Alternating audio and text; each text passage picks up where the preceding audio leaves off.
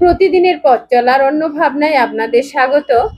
অন্য ভাবনায় কিছু কথাবার্তা আপনাদের সাথে বলতে চাই। মানুষ এক সময় না এক সময় জয়ী হয়। পরাজিত হবার জন্য মানুষের জন্ম হয় নাই।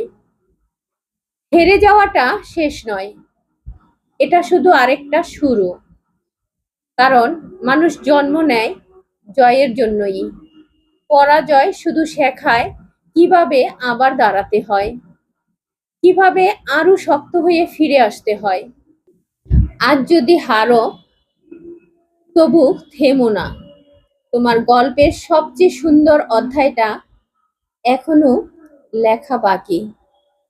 কথাগুলো বলেছেন আমাদের ঔপন্যাসিক এবং নাট্যকার শ্রদ্ধেয় হুমায়ুন আহমেদ।